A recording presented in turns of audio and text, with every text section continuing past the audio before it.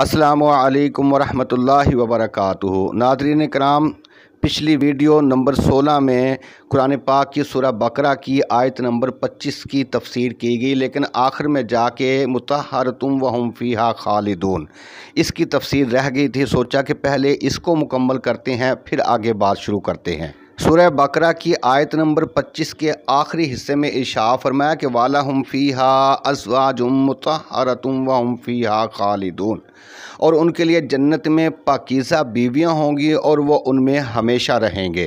पिछली वीडियो में वालहुम फ़ीहा अज़वाजुन यहाँ तक इसकी तफसीर हो चुकी थी। आगे इरशाद फरमाया कि मुतहहरतुन, मुतहहरा का मतलब है पाकीज़ा, सुथरी और पाक। इससे मालूम हुआ कि औरतें ख्वाह हूरें हों ख्वाह दुनिया की औरतें हों, तमाम ज़ाहिरी और बातनी हर तरह के ऐबों से और हर तरह की गंदगियों से मुकम्मल तौर पर पाक होंगी। अब इसका मतलब ये है कि यानी कि हैज़, नफास, पेशाब, पायखाना, मनी और थूक और हर तरह की मैल वगैरह और हर किस्म की बीमारियों से वो औरतें पाक होंगी। और उनकी जो औरतें दुनिया में सख्त ज़बानी करती हैं, यहाँ पे फरमाया कि और बदखुल्की, सख्त ज़बानी, नाफरमानी वगैरह से भी वो मुकम्मल तौर पर पाक होंगी, हत्ता कि उनके चेहरे का नूर आफताब की रोशनी को शर्मा देगा। यानी कि जो औरतें जन्नत में जाएंगी वो दुनिया में चाहे वो बदसूरत थी, उनके चेहरे पर कोई हुस्न नहीं था, लेकिन जन्नत में जाने की वजह से, जन्नती होने की वजह से उनके चेहरे पर ऐसी खूबसूरती आ जाएगी, उनके चेहरे पर ऐसा नूर होगा हत्ता कि आफताब की रोशनी भी शर्मा जाएगी। आगे इरशाद फरमाया कि हम फ़ीहा खालिदून, यानी कि इसमें वो हमेशा रहेंगे। इससे दो बातें मालूम हुई। एक तो ये कि वो हमेशा ज़िंदा रहेंगे और कभी ना मरेंगे, क्योंकि उनके जिस्म पर रूहानियत गालिब होगी। हज़रत इकरमा रदी अल्लाह ताला अन्हु फरमाते हैं कि जन्नती मर्द और औरतें हमेशा 35 साल के जवान रहेंगे और उनका कद हज़रत आदम अलैहिस्सलाम के कद के बराबर होगा। हज़रत आदम अलैहिस्सलाम का कद मुबारक कितना था? 50 और 10 60 हाथ उनका कद मुबारक था। तो जन्नती औरत हो या जन्नती मर्द होगा तो उनका जो कद होगा वो 60 हाथ के बराबर होगा। सब की आँखें कुदरती सुरमगी होंगी, हर एक के जिस्म पर 70 जोड़े होंगे, हर जोड़े का अलहदा अलहदा रंग होगा और वो जोड़े ऐसे शफाफ होंगे कि उन सब का रंग ऊपर से नज़र आएगा। हर रोज़ उनका हुस्न व जमाल बढ़ेगा, ना कभी बूढ़े होंगे, ना दुबले होंगे, ना कमज़ोर होंगे और ना ही वो कभी बीमार होंगे, और उनके कपड़े कभी मैले नहीं होंगे। इस आयत का खुलासे तफसीर ये है कि कुरान पाक के ना मानने पर सज़ा का ज़िक्र हो चुका है।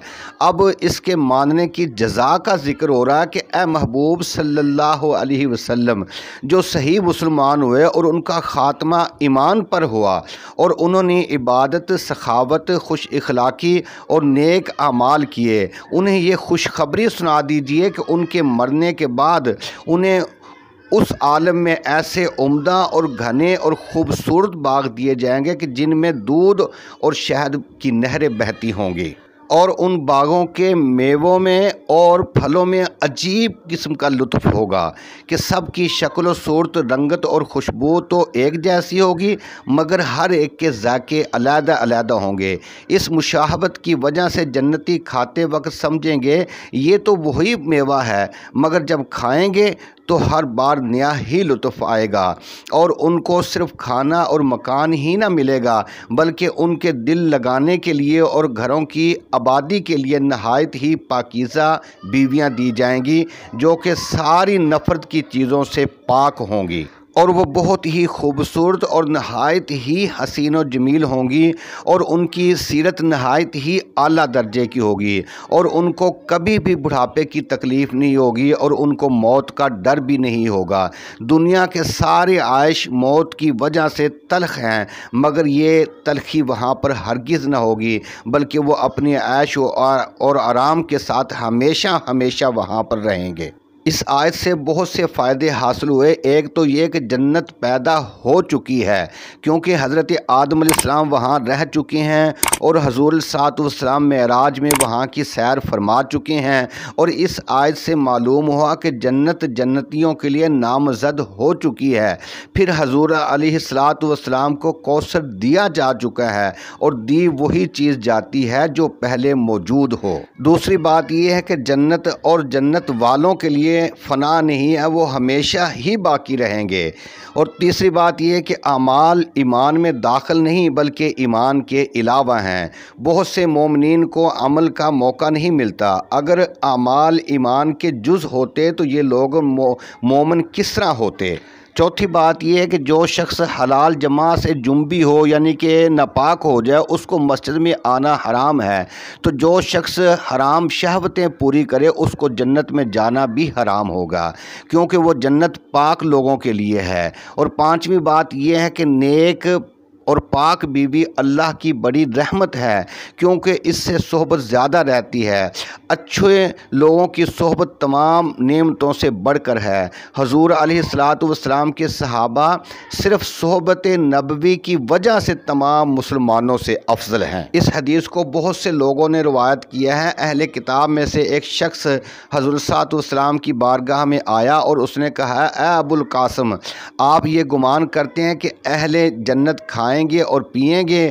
حضور صلی اللہ علیہ وسلم نے فرمایا کہ اس ذات کی قسم ہے جس کے قبضہ قدرت میں میری جان ہے، ایک جنتی شخص کو کھانے پینے جماع اور شہوت سے 100 دنیاوی آدمیوں کی طاقت دی جائے گی۔ تو اس شخص نے کہا، جو شخص کھاتا پیتا ہے وہ رفع حاجت بھی کرتا ہے، اور جنت پاک ہے، وہاں نجاست نہیں ہوتی۔ تو حضور صلی اللہ علیہ وسلم نے فرمایا کہ ان کی رفع حاجت ایک پسینہ نکلنے سے ہوگی جس سے مشک کسی خوشبو آئے گی، اور پسینہ آنے کے بعد ان کا پیٹ خالی ہو جائے گا۔ حضرت زید بن ارقم رضی اللہ تعالیٰ عنہ روایت کرتے ہیں کہ پیشاب اور جنابت یعنی کہ جماع کے وقت منی کا خروج ایک پسینہ ہوگا جو ان کے بالوں کے نیچے سے لے کر پیروں تک سے نکلے گا، اور اس سے مشک کی خوشبو آئے گی۔ حضرت سعید بن عامر رضی اللہ تعالیٰ عنہ روایت کرتے ہیں کہ میں نے حضرت صلی اللہ علیہ وسلم کو یہ فرماتے ہوئے سنا ہے کہ اگر اہل جنت کی عورتوں میں سے کوئی عورت زمین پر جھانکے تو تمام روئے زمین مشک کی خوشبو سے بھر جائے اور سورج اور چاند کی روشنی ماند پڑ جائے۔ تو اب اس آیت کا ترجمہ کچھ اس طرح ہے کہ وَبَشِّرِ الَّذِينَ آمَنُوا وَعَمِلُوا الصَّالِحَاتِ أَنَّ لَهُمْ جَنَّاتٍ تَجْرِي مِن تَحْتِهَا الْأَنْهَارُ، اور جو لوگ ایمان لائے اور انہوں نے نیک اعمال کیے، اے محبوب انہیں یہ بشارت دیجئے کہ ان کے لیے ایسے باغات ہیں جس کے نیچے نہریں چلتی ہیں۔ کلما رزقوا منها من ثمرۃ رزقا قالوا هذا الذی رزقنا من قبل واتوا به متشابہا، جب بھی ان کو ان باغات سے کوئی پھل کھانے کے لیے دیا جائے گا تو وہ کہیں گے کہ یہ تو وہی ہے جو ہم کو پہلے یعنی کہ دنیا میں دیا گیا تھا، اور ان کو ملتے جلتے پھل دیے جائیں گے۔ وَلَهُمْ فِيهَا أَزْوَاجٌ مُطَهَّرَةٌ وَهُمْ فِيهَا خَالِدُونَ، اور ان کے لیے باغات میں پاکیزہ عورتیں ہوں گی اور وہ ان باغات میں ہمیشہ رہیں گے۔ دعا ہے کہ اللہ تعالیٰ تمام مسلمانوں کو دنیا میں نیکی کی توفیق اور قیامت میں حضرت صلی اللہ علیہ وسلم کی شفاعت سے جنت عطا فرمائے۔ اب اگلی آیت کا ترجمہ انشاءاللہ اگلی ویڈیو میں کیا جائے گا۔ مجھے اجازت دیں، میرے چینل حوض کوثر کو ضرور سبسکرائب کریں اور اپنی رائے کا اظہار کومنٹ میں لازمی کریں، اور اس ویڈیو کو آگے بھی شیئر کریں۔ اللہ دے حوالے، السلام علیکم ورحمۃ اللہ۔